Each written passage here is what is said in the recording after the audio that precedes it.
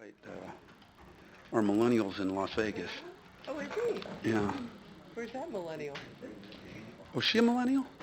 I guess. Amelia? Well, Yeah. she's like a Semi. on the curve or something. Okay, thank you. Mhm. He better be. Is he making money there? Is it like he's gambling or? I don't know. Yeah. Why are all the seats refreshed? I have no idea. I'll ask and we'll find out in a minute. We're going to go ahead and call the meeting of the Bloomington City Council Committee of the Whole to order. Madam Clerk, would you please call the roll? Alderman Lauer, Here. Alderman Sage, Alderman Malomboy, Here. Alderman Burgess, Alderman Painter, Here. Alderman Schmidt, Here. Alderman Black, Alderman Hallman, Here. Alderman Fruin, Mayor Renner. Here, and I'll let the record show that Alderwoman Burgess has just arrived. Cool. Okay, we're going to go ahead and start with public comment. We have two people up for public comment. You have up to 3 minutes. And as I make clear, if you want to actually sit down and perhaps talk to us and get some problems resolved or get some direct answers, we have a mayoral open house on Friday from 4:30 to 5:30 right over here in the fishbowl. And you're certainly welcome to that at any point and get some perhaps answers. Also, when you're making public comments, if you have tangible, positive questions or positive solutions, those are usually the most helpful to the process. We're going to go ahead and start with Elton Franklin and then Bruce Meeks. Thank you.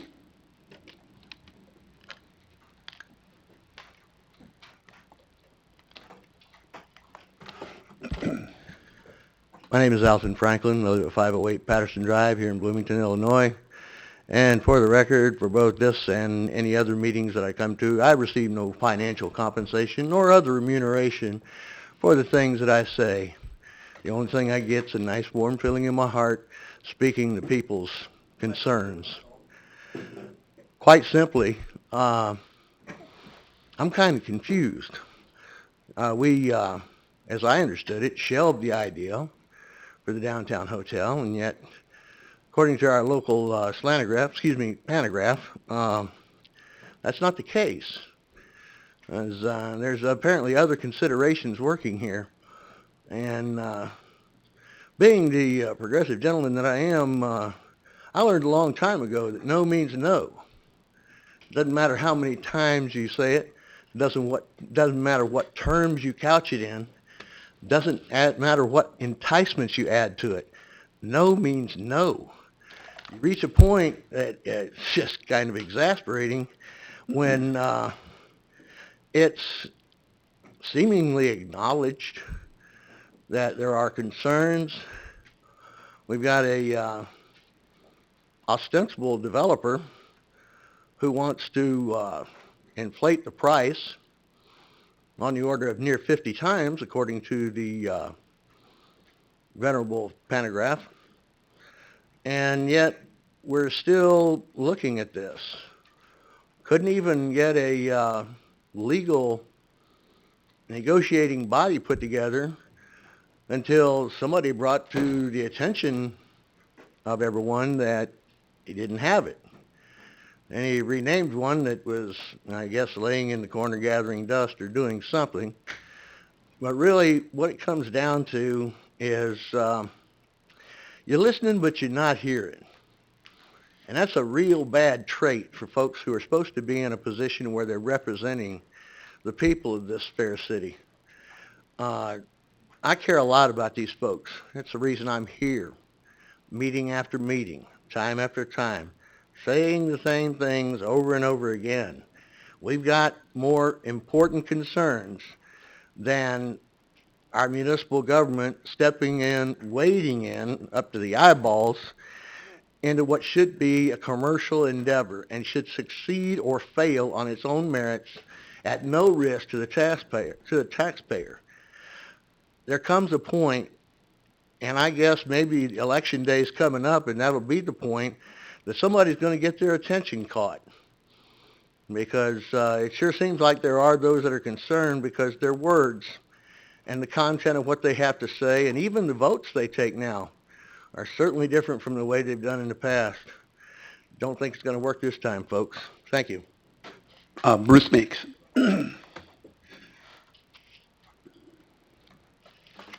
Good evening, elected officials, and those of you who are running for re-election. I'm really happy to see, and I don't want to take any of the thunder, so to speak, from the people who are going to present later tonight. But I was really happy to see under Section 1, Goals and Objectives related to the Downtown Bloomington Strategy, number 1, top of the list, create transparency in the decision-making process to garner community support and to ensure that decisions are made in accordance with the recommendations set forth in this plan. Can we apply that to the Liquor Commission? Can we have the 5 to 8 members that we're used to? It's important, now that we have gambling tied to liquor licenses, that we don't have a 1 or 2 person quorum. Yes, I'm the one that filed the Open Meetings Act violations. I think we're up to 6, 5 of which are Liquor Commission, 1 is the Police and Fire, and guess what? There's more. I've asked for proactive work on Open Meetings Act for 2 or 3 years. I've provided solutions, Mr. Furin. It was called the Open Data Ordinance. You never let a citizen come to this committee of the whole and make a presentation on a solution. I do not think that, I think you should resist taking advantage of technicalities, gray areas, and loopholes in both the state law and the home rule law. I think you should stand up for citizen input and put citizens on the Liquor Commission. That didn't happen to work in a political capacity for a mayor. I think we need some ethics. We need to stand by them and have them. You do not have an ethics committee. By the way, I have no other resort but to file an Open Meeting Act request for review, because that's the only method I have, or unless I can go to court, which now I can still do even after the Attorney General rules. So I would rather work with you and proactively fix this. All you have to do is go look at the meeting and agendas like I do, and you'll see the mistakes. Thank you.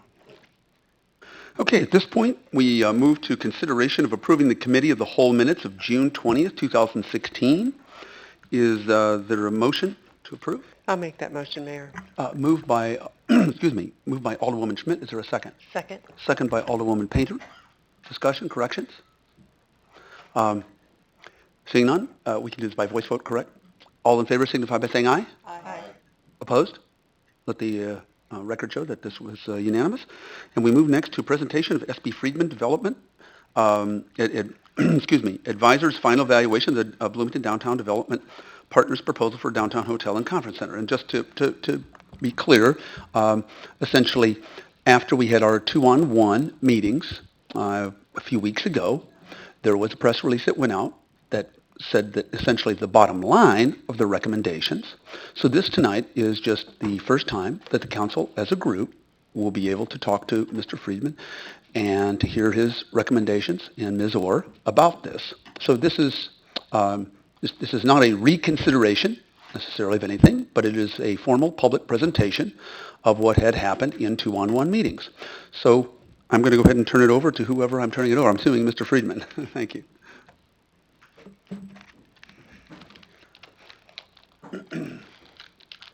Thank you, Mayor, members of the council. Tonight, what I'd like to do is to recap the evaluation that we made of the submission by what was named in the application Riverside Lodging Bloomington LLC. This is the same group of people who have been promoting the redevelopment of the Commerce Bank building and the Front and Center building into a hotel and a conference center. This is the name they used in their formal presentation.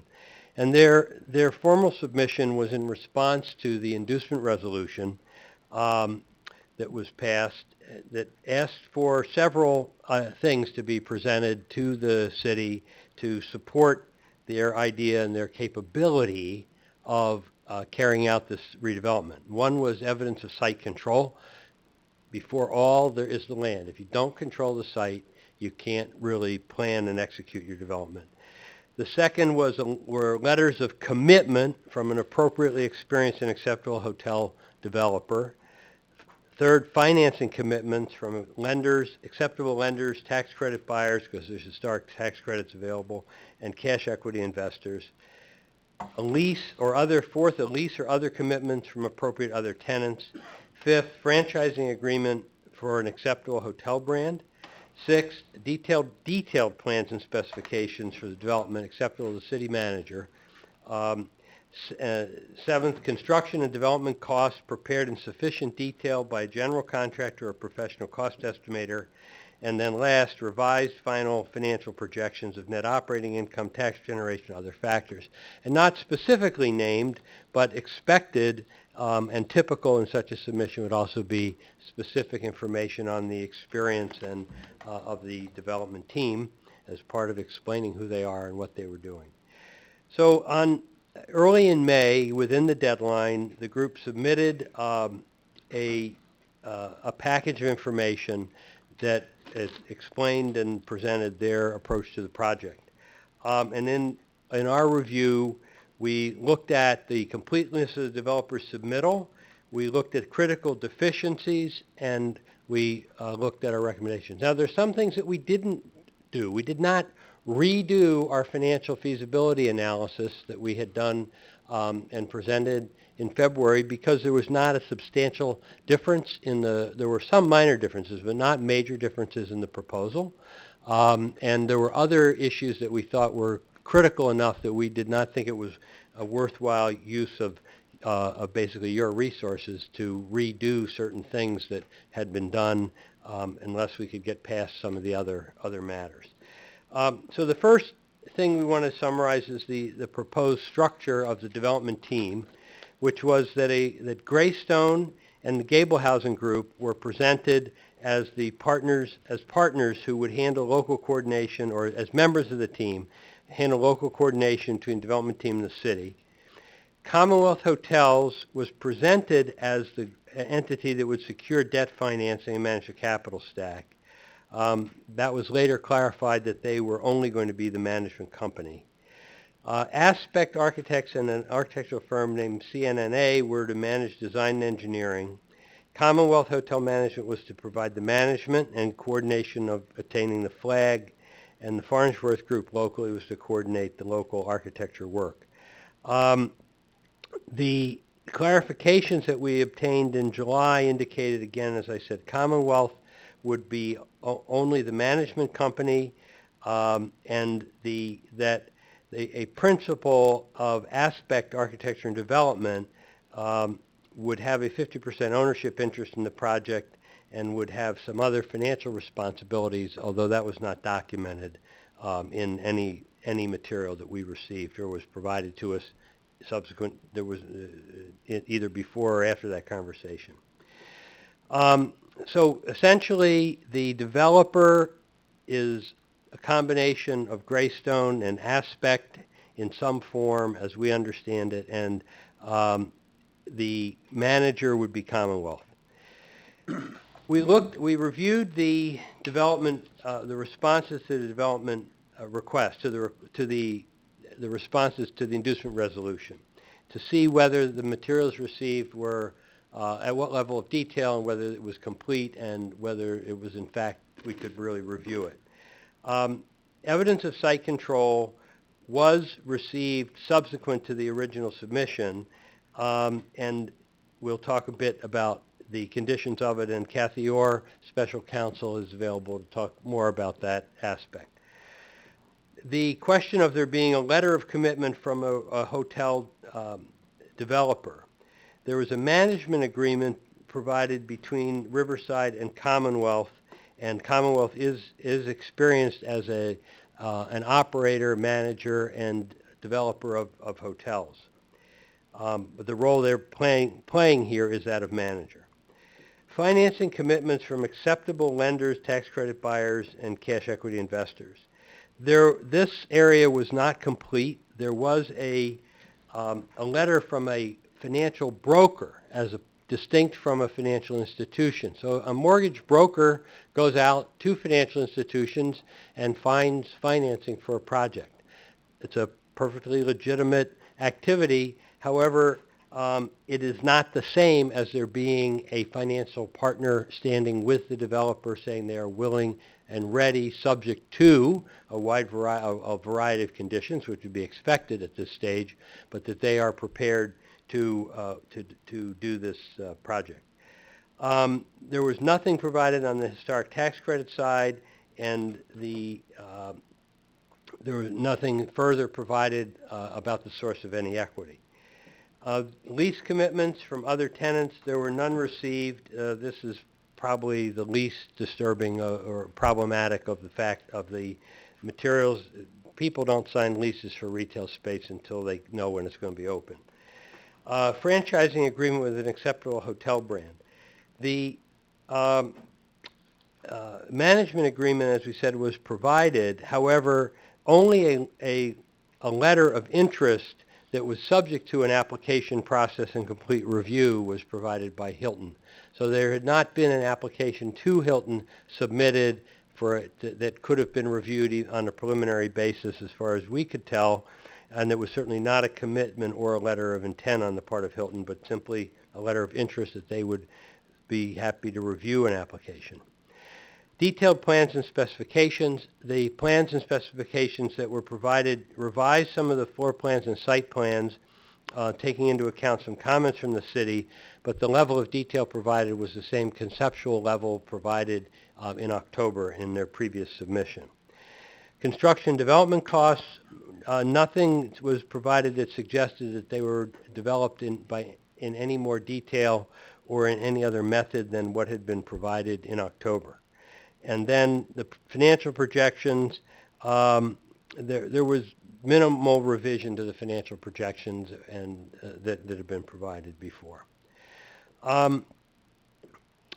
There were other documents that were discussed and could have been provided or were requested to support what had been discussed in meetings with the developer.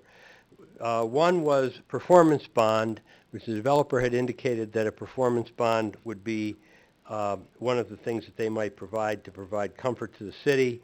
What they provided was an example of one from a different deal, not one for this deal.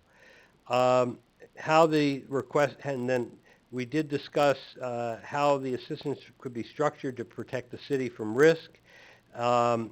We still received a request for upfront funding, not something that was highly structured, although there had been some discussions of alternate structures.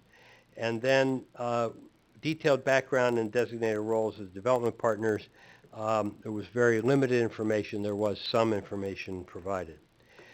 So the key deficiencies in development submittal related to a number of areas. First of all is evidence of site control. There are deficiencies in the purchase and sale agreement in terms of when the site would actually be under control, what the price would actually be, and the vulnerability of the price to increases if costs were incurred in between now and the closing on the property.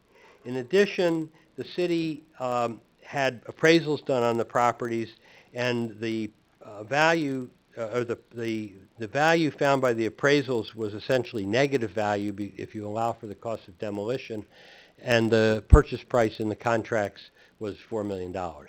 So we have a substantial difference of view of what the properties are worth. I talked, as I made this earlier the presentation so far, about the roles in the development partnership, and again, as we probed, it was clear that Commonwealth was going to act as a manager. They had opportunities after various discussions to change that and to come forward with a financing partner, and they actually have a parent company that is a very good developer, a well-known developer. They did not come forward with any of that. So their role remained, and we confirmed a couple of times, remained to be the manager, and the other individuals were acting as the partner. The financing commitments were not present. There's this huge difference between having the relationship with a mortgage broker and having a relationship with a financial institution. And I would say, we didn't expect them to come with a final commitment, but we expect them to come with evidence of a legitimate financial institution capable of financing the debt side of this project with subject to ordinary conditions in the financing world. Equity sources, again, were not specified. It is possible to get a similar kind of preliminary commitment from historic tax credit buyers. That was not provided. The commitment from the hotel brand was a letter of interest, not a commitment, and there had just not been any significantly greater work done on due diligence to quantify environmental risk, to quantify and qualify the construction costs and the construction risks, which are always substantial in a rehab building and in a historic building itself. So we had nothing further in those areas developing the project further. And then finally, the team continued to ask for upfront funding requiring a guarantee because they didn't have any ability to fund that during the construction process, with the city in effect becoming another form of what might be called takeout financing. So they were looking for the city to provide its commitment upfront before they provided their commitment, were able to provide their commitments and pursued the project. So based on this, we do not believe that this development group, as constituted, is capable of carrying out this project in a form and in a manner in which the city can become involved. And we recommend rejecting the request for assistance due to all of these deficiencies. We think that the downtown has lots of potentials and possibilities for various uses. A hotel somewhere is one of them, perhaps more than one hotel, different kinds of hotels after different niches. Housing is possible. Some retail may be possible. That's usually a follower, not a leader, but it's still, there's an element. And potentially some office development. You're dominated by State Farm and so on, but that doesn't mean that there's nothing else that's possible. And your plan identified many of these opportunities, and it's a few years old and subject to need for updating and engagement as to what the priorities are in these opportunities, but nonetheless, it's there. So we are recommending, 1, rejecting the assistance request, 2, proceed to create the TIF district so the downtown is staged and prepared for development, and it will help encourage an open atmosphere for the invitation of others, of various developers, to come forward with ideas and projects. And 3rd, to identify and pursue your downtown priorities, using your current plan as a base, perhaps updating it, certainly revisiting what the things are that are most important, what the opportunities are, looking at it in the context as well of the comprehensive plan, and involving the stakeholders of the downtown and the members of the community and community engagement about these things to help build some understanding of what the potential is and how great it is. And then an action plan can be prepared along the way. And then we are also suggesting reviewing and refining the application process. You have an application process, such things can always be improved. And we want to make sure that you're setting up a process that provides for a proper written submittal, not something as onerous as the City of Chicago. It's an application which takes 36 tabs to present. We're not asking for anything like that, but something that will permit the city to vet the capacity of the applicants, who they are, what their track records are early in the process, and then go on to establish the economic feasibility and the practical feasibility of the project. It should be efficient, but it should still help to mitigate financial risk. And then throughout the review process, to maintain a fair process that moves things through quickly and is adhered to and carries it out in a way that's fair to the city and the applicant. And thank you very much. I think I came very close to the 15 minutes, sir. Thank you very much. We're going to open up to questions. And just to clarify for the public, the downtown plan was passed by the council in November of 2013. There's some highlights that are in the materials here. Shortly thereafter, the council voted for an HVS study to examine the feasibility of a downtown hotel conference center and its possible impact for the Coliseum and for downtown as a tipping point. We did have several proposals, one a little over a year ago by Mr. Gabelhausen that the council voted to pursue to go to the next level. That didn't pan out, and then we had two votes along this way to continue this. But obviously, at the end of the day, this is your recommendation, and while the merits of the area and the project and or the concept are there, the specifics here were severely lacking. I suspect is that a way to... That's correct. We did, as you may recall, we did an in-depth analysis of the concept and found that we thought with assistance at a lower level than was being requested, but with assistance that it could be economically feasible, but that's not the same as having the capacity to execute the project, and that's really where the division occurs here. There are thousands things that you have to be able to do and you have to have done in order to advance a project from concept to reality. Okay. And so your recommendations going forward are for us to continue to create the TIF for the area, to create promise for the future, and to develop some sort of expedited process for vetting proposals moving forward. Yes. And to perhaps do some updates with the downtown plan that was passed nearly 3 years ago. Yes, and as on the latter, on the plan issue, the plan itself, the original research and analysis was done, I think, during the heart of the recession, as I recall, in 2009 or so.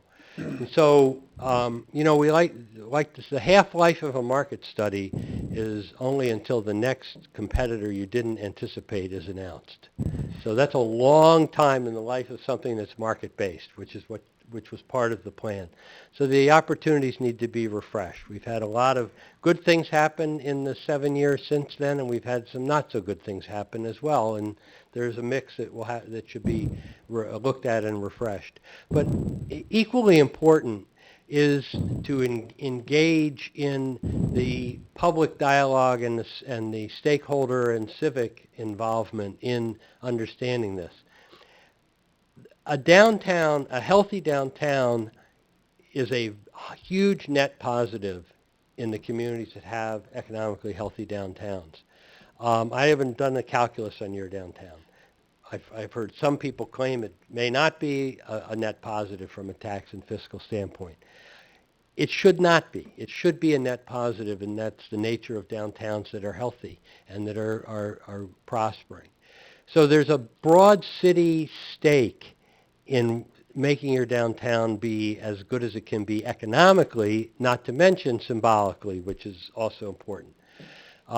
So I think to get some broader engagement in finding those priorities that can be successfully pursued, that can be afforded to be pursued, is a very important part of building on what you have done so far and pursuing the multiple opportunities that I believe exist in the downtown. Thank you. Questions from Mr. Friedman? Alderman Sage, and then Alderman Wampley. Steve, thanks for your report. I want to, and I'm trying to decide exactly what I'm going to say about this hotel project specifically, but let me go to a different topic first. The process that you alluded to in terms of how we do economic development going forward. And maybe this is a question, David, for you as well. Maybe you and Steve have talked about this. I don't know. Is this a process that you would help us develop? We can help you develop it. I probably had it in the slide presentation we made in October, a slide on what's involved in an application for assistance. You already have a base of that.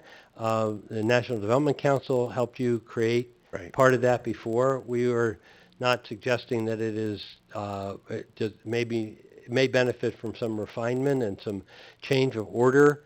I like to suggest that you vet the capacity of the people you're doing business with first. That is not always the first order of business, but you want to know that you're working with people who can deliver. So that may be a refinement to that. I mean, The city of Chicago still doesn't do that, but they did learn the hard way. The mayor was on his way to a groundbreaking for a movie studio when somebody whispered in his ear, "You know, the guy who's developing that is a reputed mobster." He turned around, and right after that, the city of Chicago created something called the Economic Disclosure Statement, or EDS, to find out who they were doing business with. But again, I think it's Rich Melman who said you need to know who you're doing business with. You can you do good deals with good people. And I'll keep my eyes open for anybody with a first name Bugsy going forward, right, on any of these future projects. I mean, here's what's important that I think the council should consider going forward is that besides the deficiencies that are noted in the report, which are stunning to me that after 3.5 years there were that many deficiencies. It's hard for me to describe that as anything but failed. But going forward, there has to be a process that not only looks at the business part of this, there has to be a process that addresses some of the deficiencies in this project, in my opinion. And some of those are more on the council side in terms of developing a process that promotes council ownership rather than, and when I say that, I mean majority council ownership rather than minority or individual council ownership. That's got to be key going forward. And then something that clearly spells out a process that is very transparent and very clear that identifies roles and responsibilities. Because we clearly had situations here where people were involved in roles in task and engagement where, in my opinion, there were other people that should have been involved. Elected officials were involved, staff should have been involved a whole lot more. So when I talk about the process going forward, not only a process that helps us address and identify deficiencies earlier on than this, but also gives us a framework as a council to be able to look at where we're at in the process and with again, clearly identified roles and responsibilities that gives us some sense of being able to evaluate how well we're adhering to that process. Is that the type of process you'd be able to help with? Yes, and I can't, yes, we can do that. We needed to help define the roles at different stages. And when the mayor and council can appropriately be involved versus what has to stay with staff, and how to avoid back channeling that is just creates too many messages in too many different places Exactly. at the same time. Exactly. So, yeah, that can be all part of this is to try to refine that. I sometimes describe it as, the elected officials and then council people have a different, a harder job in a way than this, but to be the cheerleader, but then let the staff make sure the deal is right. And you guys are out as you want deals to occur, but you don't want to be the guys who right off the bat say no. That's not a comfortable.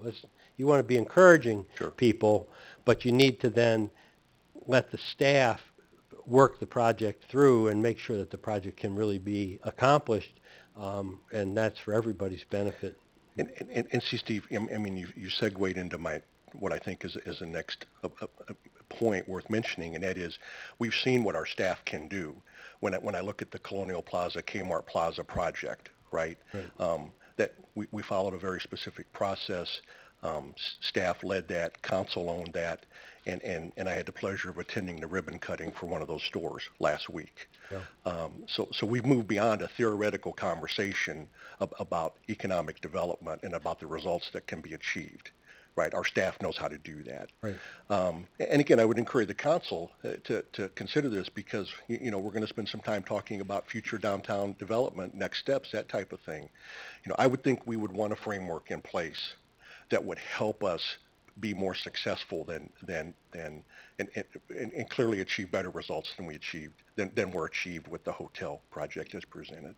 So, Steve, I would certainly welcome your engagement with David and helping us get that process put in place. So thank you.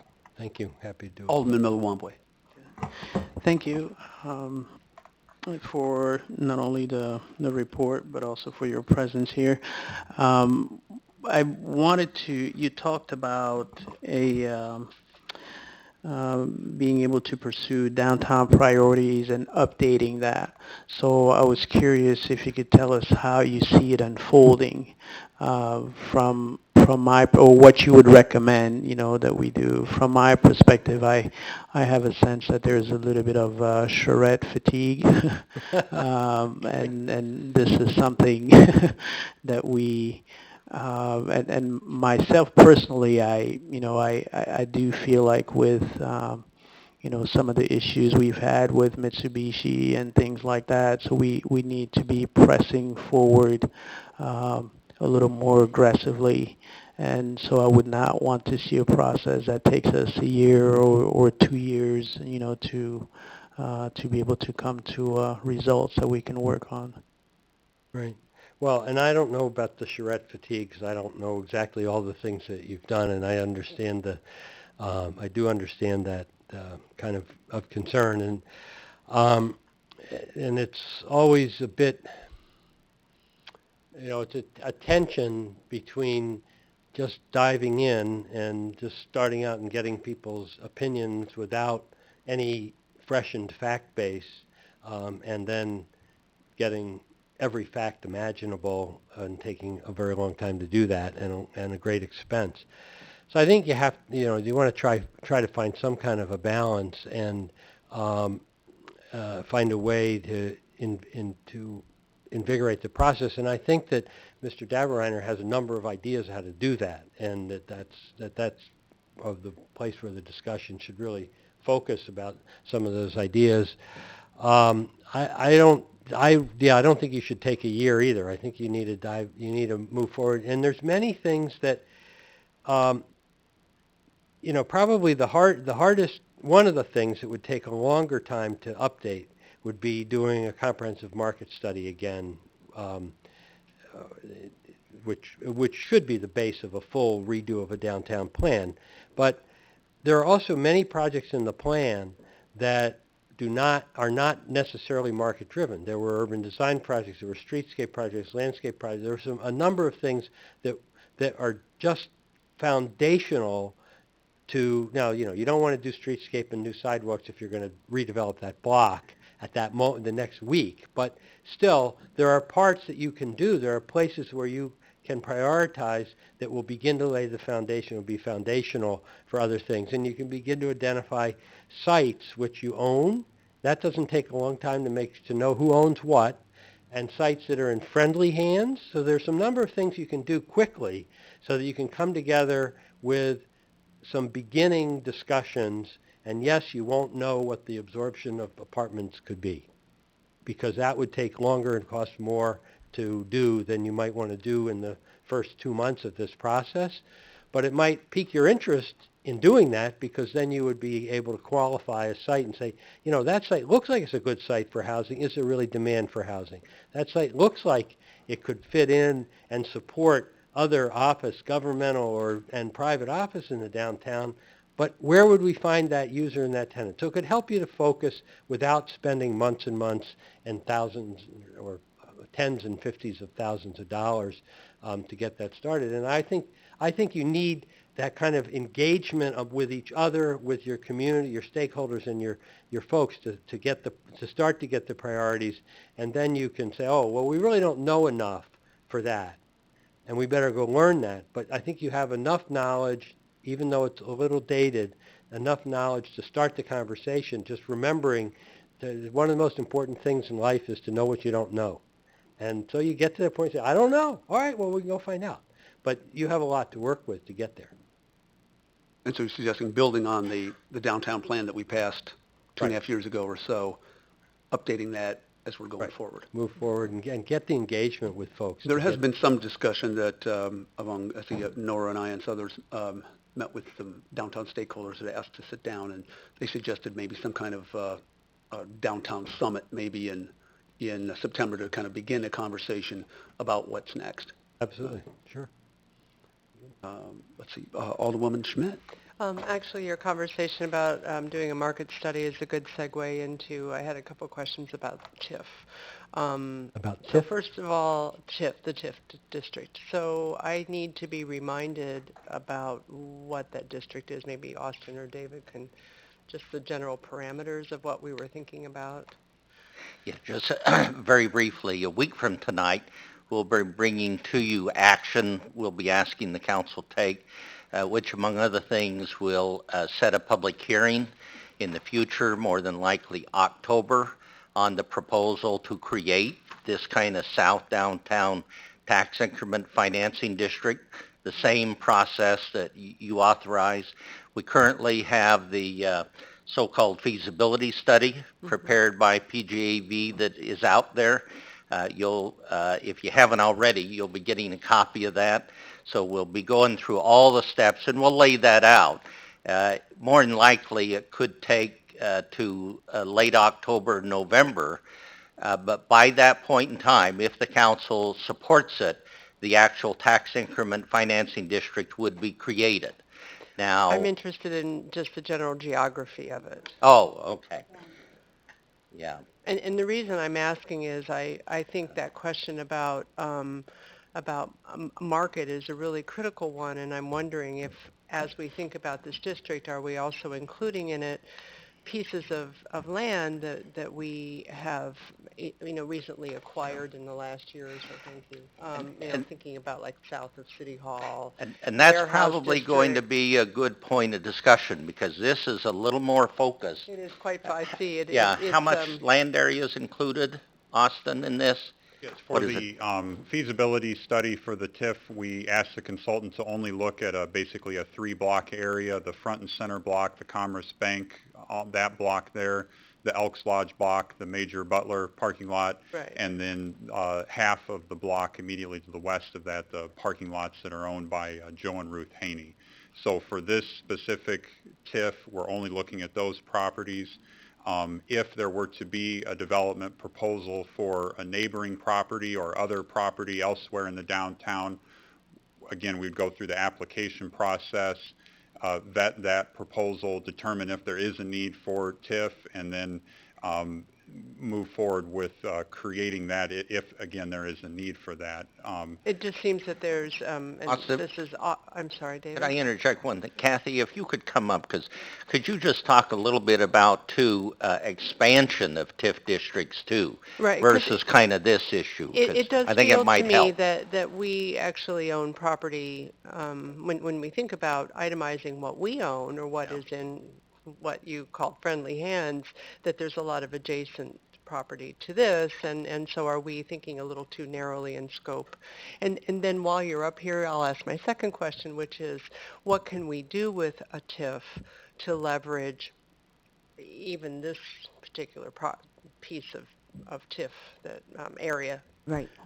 With regard to the area, the boundaries of the TIF, our focus is, and one of the most important things to consider when you do a TIF, at least my recommendation, is you focus on a specific area because a TIF lasts 23 years, but you'll be very curious to know you need the 23 years because if you want to issue bonds or obligations.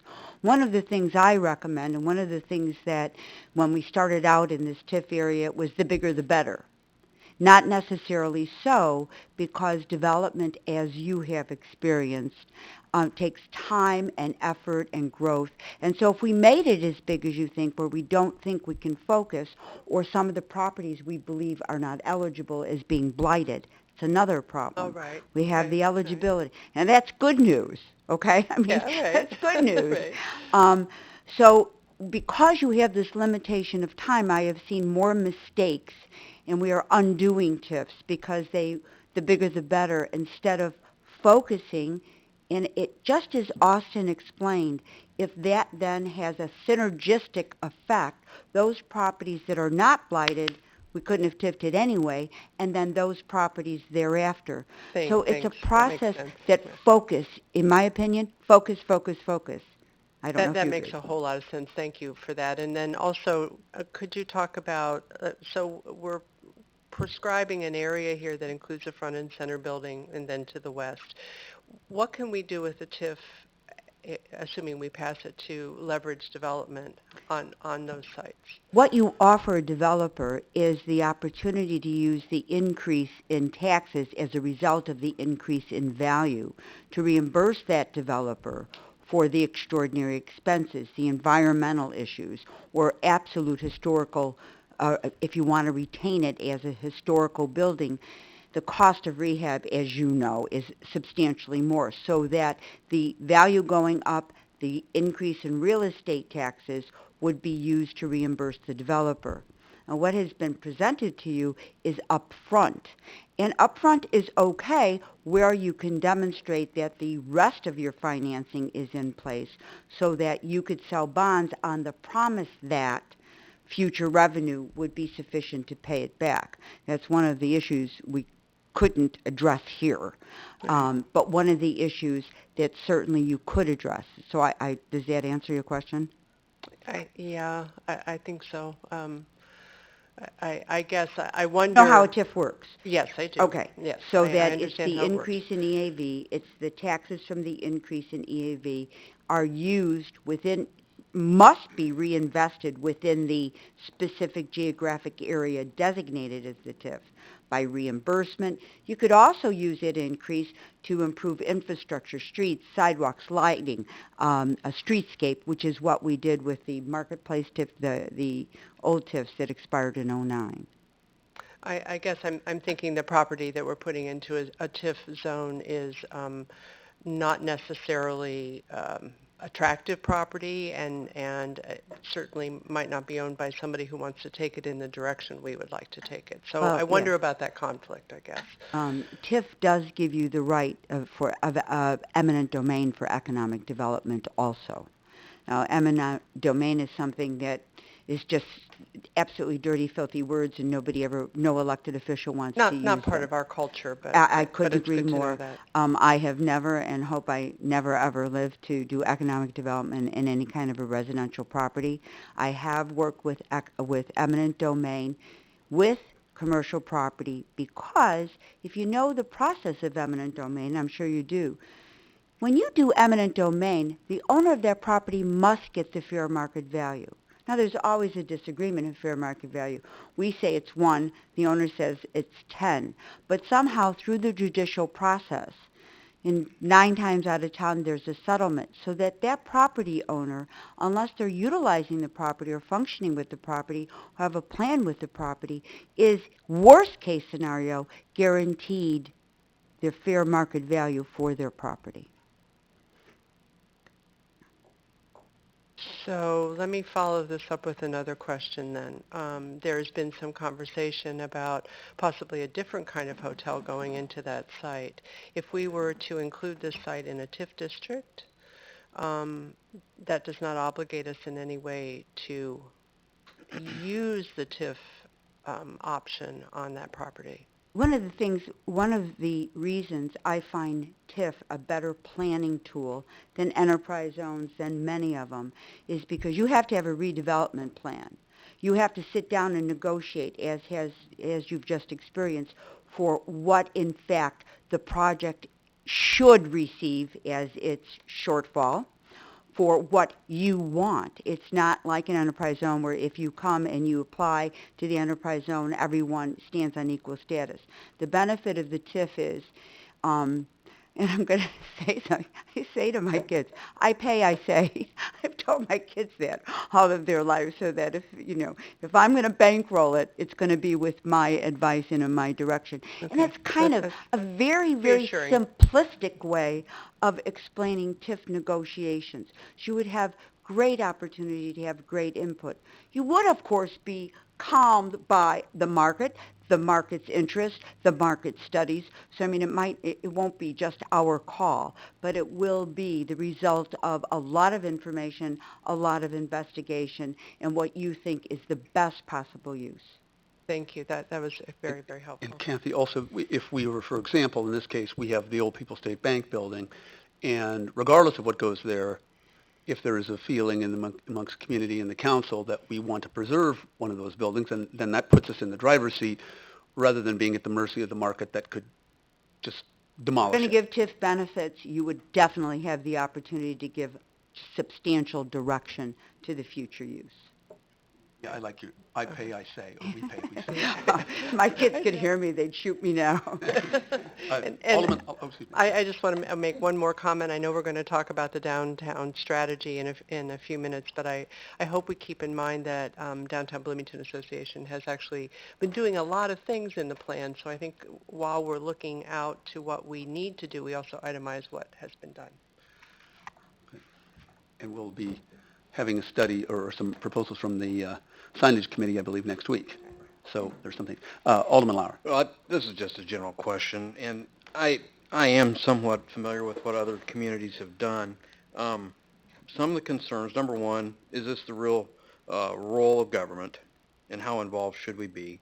I certainly agree with trying to help the viability of the environment, but should we really be that narrow-minded in terms of what site and what we want, where we want?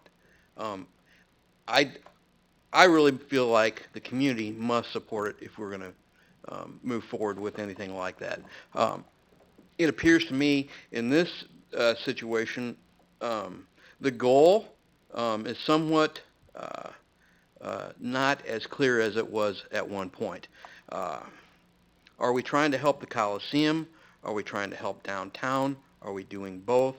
There are other areas that could be bought, it appears to me, without a TIF and do it at less of an investment for the community if we're trying to help the downtown or we're trying to help the Coliseum. And quite frankly, I'm not sure when you look at the numbers in general that we're really doing much to help the Coliseum in general. Okay, even if we had, if you had a 500-room hotel, that's only a small percentage of that nearly 8,000 seat venue that we're dealing with. And so I think we need to take a step back and take a look at exactly what we're really trying to do here and what we're trying to gain. We need to clearly identify the goal. And from that aspect, I'm not sure that we shouldn't look even further out at the community in general and what we want for the community in general. And I realize that, just as an example, the mayor and I have differing opinions on where that would begin. I don't like to narrow my vision just to the downtown because I don't think the downtown necessarily is the impetus for everything that happens in our community. And so I think there's a lot of other areas that we may have missed opportunities. And quite frankly, I'm not sure that the economic viability of the entire community can sustain or afford to handle this investment at this particular period of time. And so I'm wondering if we shouldn't really, if we're going to study something, we really need to take a look at the entire community and the entire picture currently, okay, because things have changed, certainly since 2009 several times. And we're much different than we were even a year ago. You mentioned Mitsubishi. State Farm has had a little bit of a metamorphosis. And so I'm not sure that we're even going down the right path here. Maybe you folks can fill me in here what other folks have done, but I'm afraid that we're investing an awful lot of energy with probably no real fair return. And I'd like to take a larger look at the entire community from a sustainability standpoint to make sure that the amount of effort and the amount of money and the amount of energy that we're expending and that we're expecting our staff to invest in, number one, is supported by the entire community, and number two, is even viable right now. Thank you. Just to clarify, we all along were presuming that this project had to pay for itself, so that it would be. I mean, other than obviously staff time up front. No, we have moved on a lot of things. Obviously, we just had Colonial Plaza, Empire Crossing. We've had Hy-Vee, Kroger, the Ovation Cinema. We've been moving in a lot of places that are underperforming areas throughout the city. So I think downtown is critical. but it's certainly not the only thing we've been moving on in the last few years. Other questions? Comments? Thank you both so much for all your hard work on this. And I think as our staff has said, they've also learned a lot too. I think we as a council have, and obviously we would have liked this to have been a benefit to our community, but we appreciate your sober, unbiased recommendations. Thank you. And Mayor, one thing we'd just like to ask council consider tonight is, there has been that informal conveyance of how many of you individually felt about the recommendation, but as staff, there has been that question is, how does the council want to act on the recommendation, if at all? Whether or not it's discussion tonight individually, or taking, I know if Alderman Black was here, oftentimes he talks about a resolution. So since this is the first time you are in a public meeting, and again, it's still a work session, that is one of those questions out there is, does the council want to take some formal action at some point in time on this recommendation to achieve some sort of finality, some closure, or whatever you want to refer to it, vis-a-vis this particular project, which has, been out there on the table for a couple of years. So I just throw that out for the so council essentially, to whether it consider. would be an informal, essentially we had a very informal two-on-one series of meetings Right, on that yeah. Thursday, which then we released a press release on. And so at this point, Steve, I don't know, what's your experience in this in the past? Do we really need to if we're just not interested in going forward? I mean, we can kind of have an informal poll of the council. As I recall, no one was interested in moving forward under these circumstances. Mayor, can I ask a question while Steve? Of course. So I mean, one of the, and I'm open to whatever we want to do, but if we're going to accept the recommendation as presented, then we need to make that clear to staff, because activities, conversations, more offline meetings, more this, more that needs to stop, related to this particular hotel project. That's one thing that a resolution would do. But whether we do a resolution or just, a public statement, that's a how. I'm not so concerned about how we do it as much as it seems to me there's probably a need that we make it very clear to staff, what the council position is on this particular recommendation. Sure. No. I frankly don't know I think you can do it either way, but I don't think there's any one way to do it. I think the weighing in favor of taking some sort of formal action in this case would be the amount of involvement and engagement that has been had with the elected officials, formally and informally, and that would weigh to me to saying, we're done with this. We're moving on to something else. We're done with this. I would think that under the procedures that we may help you work out, should we end up helping you do that, we might try to avoid putting you in that position for the most part. It's not, economic development is not proscribed in the manner that, say, zoning is, where somebody has a right to appeal the opinion of one of the planning commission or the committee to the whole body. There are no such rights built into this. It's a totally discretionary set of actions by the city. But I guess as I would weigh it, that given the amount of engagement that you all have had with this project, that to make a statement that you are moving on in a definitive way would probably be helpful. I actually thank you for saying that, because I like Mr. Hale's idea very much.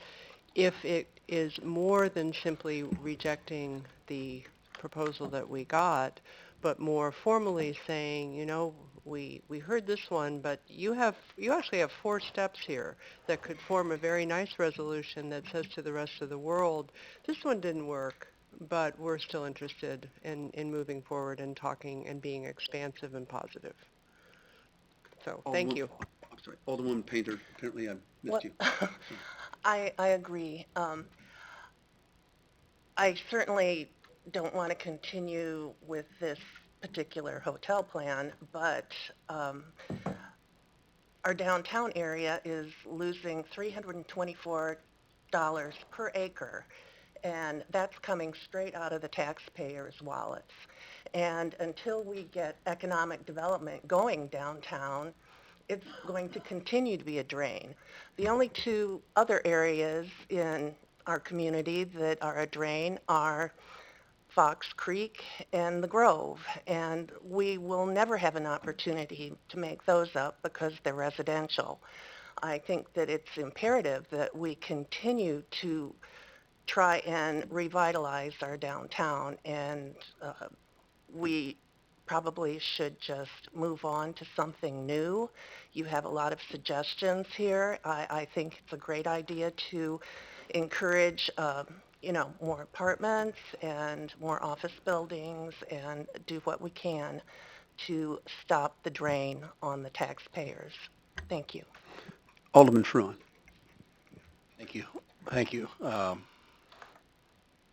don't know if we're looking for a yes or no or where we're going with this, but to me, it looks like an awful lot of work has been done by the developers, and a lot of work has been done by yourself and the staff in vetting this.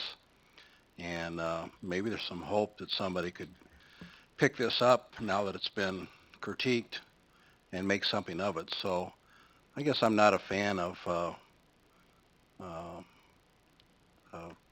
saying no or putting it to bed. I think if somebody wants to resurrect it, that's their initiative. I think our position as a staff and as a council should be it's not acceptable in its current form. It might be such as it's an offer, but no counteroffer going back. There's a lot of work that's been done. Somebody else might pick this up. We hear that all the time, that the second person, the third person, we've seen that with other buildings downtown, are the ones that make them successful.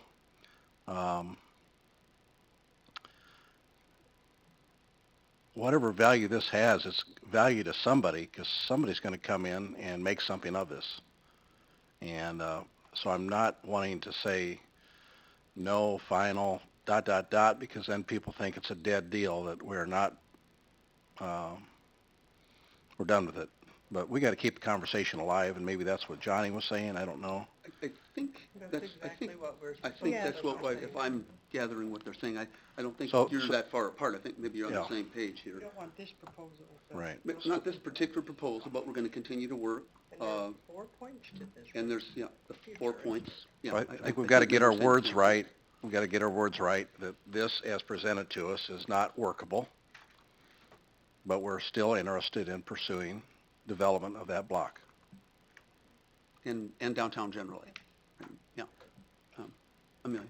Along those lines, I mean, our staff's time is limited, and I'm more than happy as a council to do what is necessary to provide the guidance that our staff needs in terms of our next steps, but their time is limited, so the time they would be dedicating toward putting together a resolution or a plan or a vote of some kind is time being taken away from something else, possibly resolutions that actually would enact some of these changes. So keeping that in mind, I'm happy to go either way, but I think perhaps staff can give us some guidance on whether or not they need that in order for us to move forward. I did have a question because there's been some conversation, and this is just a general question to council. I'm not trying to put anyone on the spot, but there's been some conversation about priorities and what are our priorities, and I'm very curious about what information council members feel we need that we do not have in order to set our priorities in terms of what does our city want, what do residents want, what do we as a council want. And the reason I say that is because we have a downtown plan. We just voted on last fall a comprehensive plan. All of those include a great deal of information and resident feedback about what our priorities should be. The challenge there is there's a lot of information and we can't do it all at once. But I don't know that we need help identifying possibilities in terms of moving forward. It sounds like what we need to do more is say how we are going to move forward, and I hope that's where we can focus. I think there are many different ways we can do that. There are the big projects like this one that require a lot of time and resources, and there are smaller steps we can take. Right now in downtown Bloomington, we have some art that's going up that's going to brighten the area. It's a very simple thing that the Downtown Business Association and local artists have been working on, and that's a really great addition. We could move forward on very simple things like power washing our sidewalks, which is something that our downtown businesses would desperately appreciate, and that requires very little time of effort while we're working on these bigger types of items. So I think those are the kinds of things I hope we can have a little bit of a discussion about how we can set those priorities that have already been identified and come up with an action plan. Thank you. Yeah, and that's kind of, yeah, we're still going to continue to talk, so that's the rest of the evening is on. Yeah, so, and I think those are some, good points. We do have not just a downtown plan that was passed a little over 2.5 years ago, but we have obviously also got a comprehensive plan, and those things many of those same themes are addressed, but then I believe Mr. Friedman was suggesting that we figure out what the next steps might be, and I think that's what I was hearing in Alderwoman Painter, Alderman Fruin, and Alderwoman Schmidt's comments. Not this particular deal, but obviously this is the critical piece. We're moving ahead with TIF. There are some other, we're still having our commitment to growing our local economy broadly, but including downtown. And Karen, you want to talk? I just thinking about any staff time for a resolution. I'm totally sensitive to what Amelia's saying, but honestly, I think that the SB Friedman recommendations and next steps is the resolution. And it's 4 parts, it's positive, it's forward-looking, and I think it's done. I would agree with you. Would you like us to put that on the next meeting then? We could have it ready for next Monday night. For a formal vote? Council meeting. Karen, is that right? I would like to see Okay. it because I think it's good to affirm And you're this discussion. Yeah, and you don't have any problem, David, staff getting We it? can Okay. put that So, together. I've talked to Jeff Jurgens, and we'll have that ready and slip that into the agenda for next So we will Monday. have it in our next exciting episode. And, yes, comment, right. And so I think that makes it clear at this point. We now kind of open it up to our next discussion, identifying downtown priorities. I think as Alderwoman Burgess said, we have a downtown plan. There's some things that maybe could be updated there, but we also have a comp plan from last year that stressed some of the same things. It's in the very back, some of the, not the comp plan, but downtown revitalization strategy plan. Here, some of the goals, objectives are outlined in kind of executive summary form at the end of this. At this point then, we've got up to 45 minutes for discussion on this. And just FYI, if you might need more time to think about it, it doesn't preclude us from talking about this a little bit more next week, when we'll actually bring up the SB Friedman report as a resolution. So this is not speak now or forever hold your peace. And as I did say, kind of informally with some downtown stakeholders, they had asked for some kind of downtown summit, informal downtown summit sometime in September. And as Nora's not here, she could let me know. But I think somewhere around the 20th of August, early 20th of August, we were supposed to kind of just reconvene to say, hey, what would that look like? And that would be just an informal conversation with the community. And then obviously we would like the council, if they can attend, just to listen to the downtown stakeholders. September 20. We were, saying August 20? yes, September 20th would be the Okay, you said August stakeholders or summit. Daryl Hartwig and others wanted to circle back, I think, with me, and then we can certainly have up to a couple aldermen who might want to join us, just kind of informally say what that might be. So if you're interested in joining us, let me know, or Nora know. Actually, Nora might have included the 2 downtown alderwomen. There was a doodle poll that went out, and Was that I have holds on my calendar, but no information about Okay, well, when let the me ask, meeting if we is. can ask Nora in the morning what that update would be, and see. Okay, thank you. I had forgotten that made sense. You two would be Is it one. limited to just 3? It's, well, If it's going to be an open... well, no, the summit, so we can talk about that, but initially, I guess as long as we publicize it and keep Yeah. minutes, we could have everybody there. But it was more of just, it was a very early stage. This came out of an hour meeting we had over in the Fishbowl and said, hey, maybe we could reconvene and think about what a downtown summit would look like. I don't know if that helps. And as Stevie And DBA is included I in would this? assume, yeah, I think, Tricia, you got, Tricia shaking her head, yeah, okay, copied on that. Thank you. And Mayor, could I just comment on that a little bit? As we get into this next section of the ordinance, I think this is also where we want to, as we get into, say, action for the council to put together, downtown priorities, look at whether or not the downtown master plan should be updated, what only would be an action plan. I think that's where we want to tap some of our staff experts like Tom Daberreiner, who has done a lot of these type issues. The master plan too really talks about very open transparency and using the leadership of the council to engage and open it up to a lot of people. And I think that's the one thing I was impressed with when I came in 2009. I attended, I think, the last of the FAR public meetings at the State Farm. So it may be that what we could do is to help you and the aldermen put together a little bit more specifics on a process. How can we take some of this and really move this along so that you have opportunities for any stakeholders to be involved? You have maybe opportunities maybe for ad hoc committees, small groups, et cetera, et cetera. But I think all those issues are probably uh, ripe for discussion as we go through this process. We talking about a short or a long process? Are we talking about facilitated in-house or by others? What are going to be some of our objectives? What are we going to try to achieve? And to me, I think all that goes into sometimes the preparation, before you get people together so that it's clear what are we asking them for and how will their input be utilized, at any time, because ultimately, I think as the recommendation is, ultimately this will be coming back to the council for formal action on the priorities and the action plan.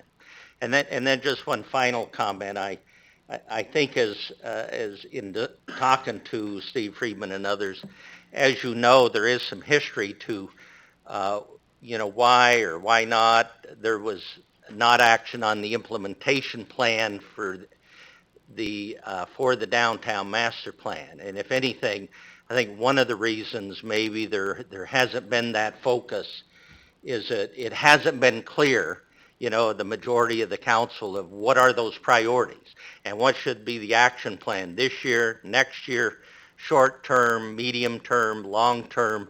And granted, even as staff, as we keep looking at how we can better manage implementation of many, many master plans, I think that's a critical area so that everyone, including the council, has a good understanding. If once we have a master plan adopted, what are we going to do with that? What are going to be the next steps? How do we also as staff keep the council updated on a regular basis of the progress we are making?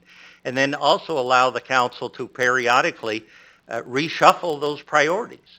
Because what may be, the action plan priorities this year could change next year. But that's, again, I think something we have to embed into a very formal process so that the council is constantly revisiting these as a group, reviewing, acknowledging whether you think we're still on the right track, moving in the right direction, keeping in mind that as Alderman Burgess mentioned, resources are very limited. There is so many things we can't get to just because of, limited staff time and effort. But nevertheless, the council needs to own what resources to allocate, the priorities to be setting, and then, our responsibility is to be accountable to ensure that those are carried out. And if we need more resources, we come back to you and say to accomplish these priorities, here's what it's going to take. So just a couple of additional comments on going forward. Alderman Fruin. Thank you. I think this is a neutral comment, but in our discussions tonight and future, I think it's important we define our boundaries. And maybe this is driven by the fact that we've had some demolitions the last few years, demolitions in all directions. So whether it's I'll call it the South Campus, behind the library, maybe something in the warehouse district, Coachman, 800 block, do I have that right? 800 block in North Main? 800, yeah, 800, Mennonite Hospital. To the west, we talk about the Pantograph Building and so forth, and others that own downtown properties have talked about certain aspects. So I think it's important that we get a grasp on how we're going to go about this. There's some things we might do globally. Amelia mentioned sidewalks. Maybe that's something we do for a larger area. But this reminds me a little bit about what we've done in some respects with residential areas. We might dedicate or focus on a block or a section and get a win-win on that as opposed to trying to eat the elephant at the same time. So I think it's important that we kind of help people understand what is downtown. It's a pretty good stretch. People talk about Bloomington Normal a lot, but we've got so much more blocks. And when you go from the 800 block of Main to the warehouse district and the south of the library, Coachman to the Pantograph, that's a lot of ground there, and we can't realistically bite off the whole thing. So just to keep that in mind as we talk about pursuing certain projects. I want to follow up on something that Steve said because again, this is just symptomatic of what we have to be careful of. In response to a question that Mboka asked, Steve said it was important before you just bring people together to develop some context and framework for that in terms of developing the priorities. Steve, I don't want to put words in your mouth, but that was my takeaway from what you said. That was at least what I took away. So right away, before we talk about having a downtown summit and we start to set dates and do that kind of thing, let's be sure we're listening to the people in the room, the staff people that are saying, here's a way to go, here's a way that we can help do that. Because just to go forward without any framework, without any context, and I don't know that's what was being suggested, but what I did hear was a very specific suggestion from Steve as to say, before you do that, provide that framework, let staff provide that framework and that context for those conversations. And so I'm just circling back around, David, to I think, support what you were suggesting, because you kind of beat me to the microphone in that respect, right? I mean, there's a way to do this, and part of the recommendation will be the review process that I hope is going to incorporate some of the things that I mentioned here tonight. But there's a way to do this to build majority council support right from the get-go and not have these one-offs and individual and minority council projects and efforts going forward, but building majority council support right from the beginning. And it seems to me one of those concrete steps is to let staff and some of our other outside folks help us develop a context, a framework for how we might have a downtown summit be the most efficient and effective. So, Steve, I think, thanks for bringing that out in your comments. Steve, if you could clarify that in terms of framework, like, obviously we had a council, very solid majority voting for a downtown plan for each action step along the way. What are some additional things that you think could, or at least for some time, economic development happens in a lot of different ways, but what are some things that you think might be more helpful? Well, I think we have to balance the wish listing with fact-based visioning. So, and because of the history here, we have to find a good balance, and we don't want to take the long period of time to go develop the full fact set. So what are some of the facts that could be gathered relatively quickly? One is to understand the land and the land ownership and what the city owns, what's in friendly hands, as I mentioned, where there are owners who are motivated to do things. Not that the city is going to necessarily be a financial partner in these things, but the city can be a partner in other ways as well. But what's the land that's available? what were the results, what were the key uses and the key opportunities that were found in 2009 by Dina Belzer, who did the market study, who's a worthy competitor of mine. And you've got good data, you've got good information there, at least from then. The market's changed, but you have something to start with to bring back to the surface. So what were the kinds of opportunities that you can work with? So that can come right back on the table. The things you've already accomplished can come right back on the table. And there's other information, I'm sure, that's in the plan that Tom can identify that could come right back on the table in a matter of a few weeks. And maybe the summit or this group is talking about the process and what are other things they think could be brought to be on the table, so that the discussions with all the stakeholders and the citizenry at large can be closer to what I call fact-based visioning than they are to wish listing, but not taking a long time to get there. Because I think you need, this is a downer. Tonight's a downer. I don't like to kill deals. If you look at my marketing material, we brag about the numbers of dollars we've brought into the numbers of dollars of deals. So I don't like to be here in this position. But coming off this down situation, you do want to get some momentum. So instead of trying to just rebuild, and I'm thinking also, we're working up in Milwaukee on the downtown plan with some people who have a particular process, and boy, did they dredge up facts. We have never had a budget big enough to dredge up that many facts before. You don't need to do that. You can find some relevant facts and get them out there. So people aren't just running off in every direction, but they understand what the situation is. They understand that right now this is a drain. If quantify that a little bit if that data is out there, and understand maybe the contrast with some other communities that have chosen and have said we build our downtowns going to do. So that kind of information I think can be brought together quickly and cost effectively, and that provides some basis for a knowledge-based moving forward. There's basic demographics are easy enough to get too. So I think I would try to find that middle path there, because you need to make some very positive initiative now coming off of this sort of a down situation where we had to turn this project. And then having it, maybe the updates, because obviously this is totally consistent with what the council passed. Because Right. the plan says an anchor hotel, preferably by the call, all the things. This is all consistent with what we did and what the council voted on.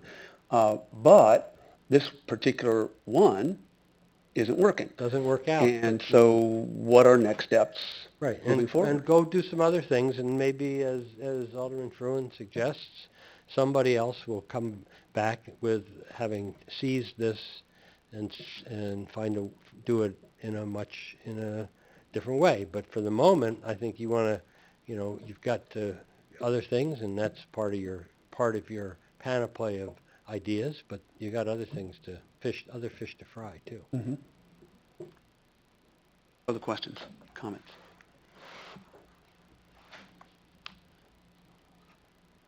That's it?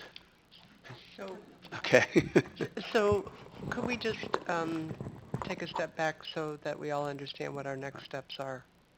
Because I'm not really clear what we think we need to do. From what I've understood, pursuant to your suggestion, I saw lots of nods. We would move forward with a resolution that essentially is not dissimilar to what Mr. Friedman has presented here. Mm-hmm. So we're still interested in economic development generally, downtown in particular, and the downtown plan, and perhaps doing some updating of that. But this particular project, in its particular form, was not one, once it was vetted, that we found acceptable.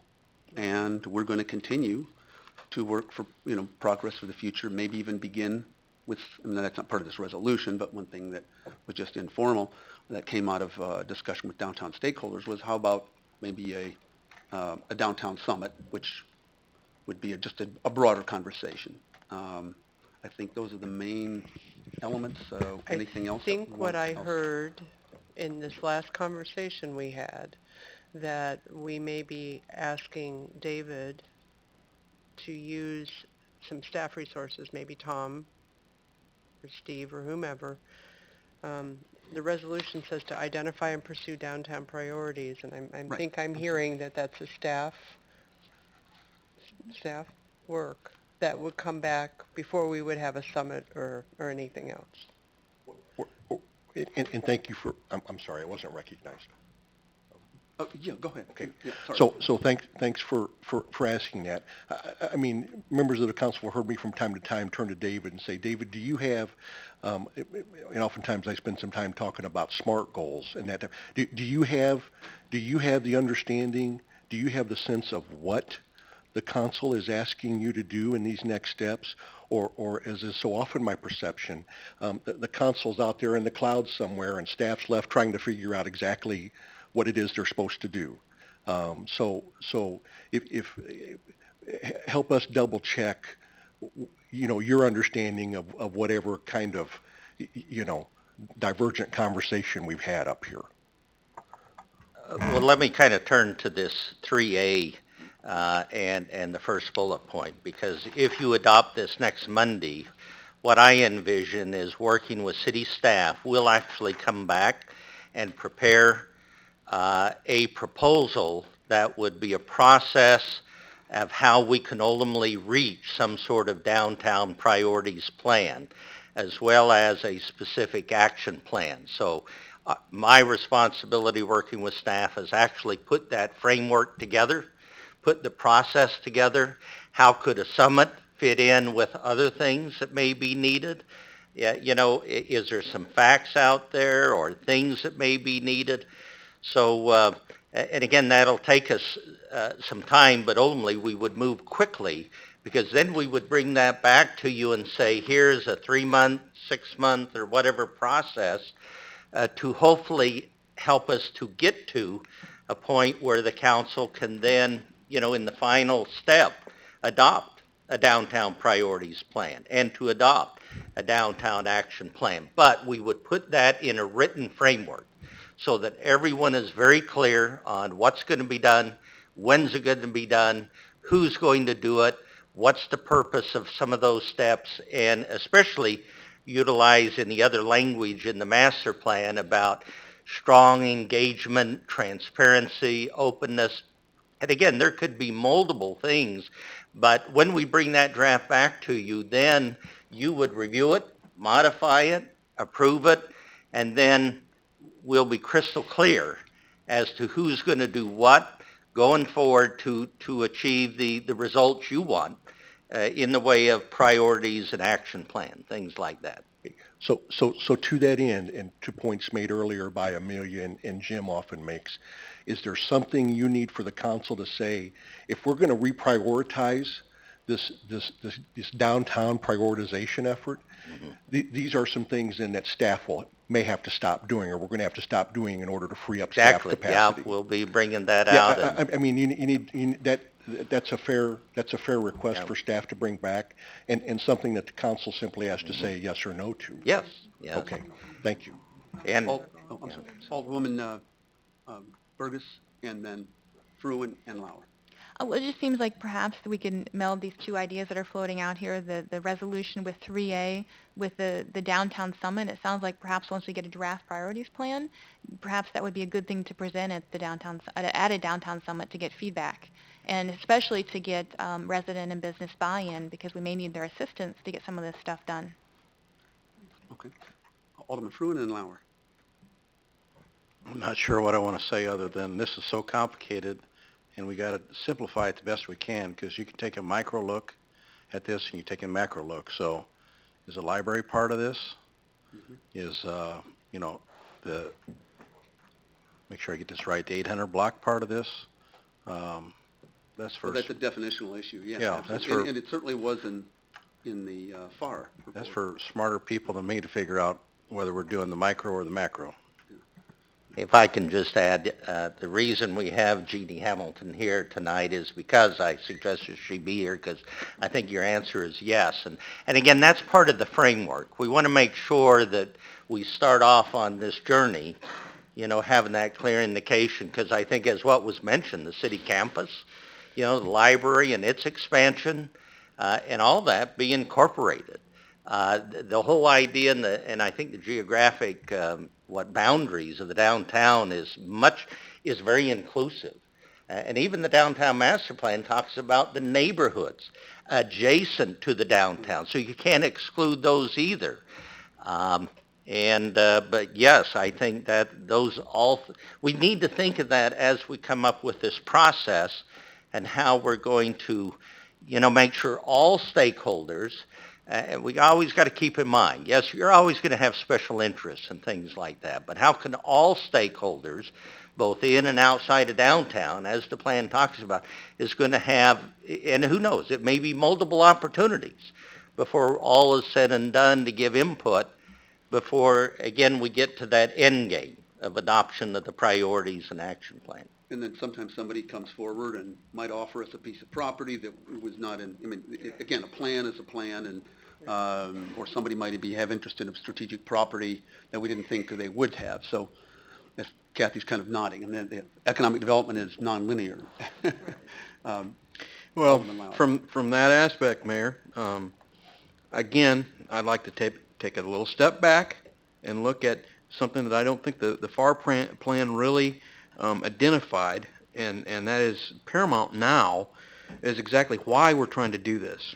Okay, we want to create investment, but why? It's service-centric, got that. We want a finally operating municipality as a machine, the folks that work for the city, and all those services that they create. Understand that, but why? Why is because the citizens require that. And the citizens require it because they are working, okay? And so circling back around, the why has to be creation of jobs, okay? If we're going to invest this amount of money and effort in downtown, we've got to see some results. And that means we've got to be creating some jobs, okay? Government's not going to be creating those jobs. I think we can agree to that. So we need to hear from the private sector, why? Why are we investing? Are you going to come? Are you going to create those career jobs if we create this environment? And if the answer is no, then maybe we need to refocus on what we're doing here. I think that's all in the downtown plan and this. Well, I didn't see that. I that's not clear to me, and I don't think it's clear to the citizen. Well, Okay? I think that. And so you talk about it in generalities, but I think we need to define it. Okay? And it needs to be a clearly defined goal that we are going to be creating jobs, and not just the government, but it has to be sustained by the community and those that invest in it. Okay? And At so, least as I read the downtown plan, it seems very clear to me. I don't know. again, you're allowing somebody from outside the community to make those plans, and I'm not sure. No. There were hundreds and hundreds of stakeholders, downtown people. I was at many of these meetings. Hence the charrette. Then why? Right, why are there so many skeptics? Okay, and I'm one of those because I don't know that It's not the gonna be 100%, employers Kevin. in There's nothing this that's town 100%. or those that we may attract are actually going to create jobs downtown. I'm not sure that the payback on investment is really there downtown right now. Okay, and that's the differential here. We're going to cost everybody someplace.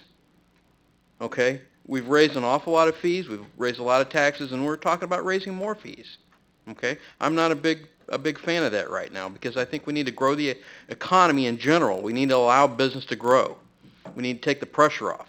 We need to be creating some jobs. And so that's what I want to see. I want to see job creation. I want to see a plan for that that's defined. I could buy into it if I had somebody that was clearly going to be creating jobs here and growing this economy and growing our If we community. had the largest private investment in 2 generations in our downtown, that was $53 million. In downtown. Yeah. But it's not just about downtown, Mayor. That's the whole issue here. And I don't need to tick off the long list of successes in the last few months. But, okay, yeah, I think we disagree. We'll have to agree to disagree on that. Alderman Fruin, excuse me. You can cut me off if you want, otherwise this will go on all night, but, I came tonight thinking I was just going to listen, I wasn't going to speak, but here I am chiming in again. And I think if I look back, the reason why our downtown isn't more than what it is today is the private developers, the private investment, they need some confidence from the city council, some belief, some real energy that the council provides that's going to create that private investment. We haven't done that, and that's really what we need to do, is set a policy, set a direction, give people confidence. And Thank you. something that'll go past any of our term of office so that Right. there's continuity going forward. Absolutely, right. Yeah, downtowns, I mean, you go to the U.S. Conference of Mayors, doesn't matter what their party, doesn't matter what size of the city, although they're almost all metro cities, they're at some level of downtown revitalization. That doesn't mean they're not looking at other parts of their community, but they realize that that's the main means by which they're going to grow their local economies in the 21st century. It's usually their cultural, historic core. There are lots of reasons why they do it. So whether or not it's Oklahoma City, nobody's liberal bastion, right? I mean, this has nothing really to do with ideology. It has to do with markets. In this case, market-based pragmatic liberals and market-based pragmatic conservatives are all on board with this. Downtown revitalization should not be an ideological issue. Now, I know that even in Uptown, it's easy to say, wow, look at how successful they were, but there were many, many bumps.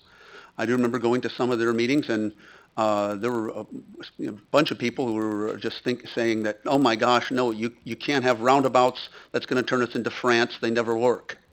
Well, now they've got an award for it. And we actually went to a city, Carmel, Indiana, that has it's the same size as Bloomington, that its entire system is loaded with roundabouts. Now, regardless, you do have to get community buy-in. It doesn't mean you're going to get out of 80,000 people.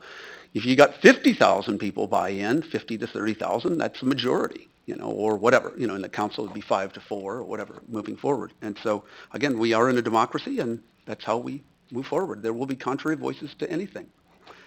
Other points before we finish? Okay. Thank you very much. We are getting out early. Are you motioning to? I am motioning to adjourn. Okay. Moved by Alderwoman Hellman. Is there a second? Second by Alderman Schmidt. All in favor signify by saying aye. We're adjourned.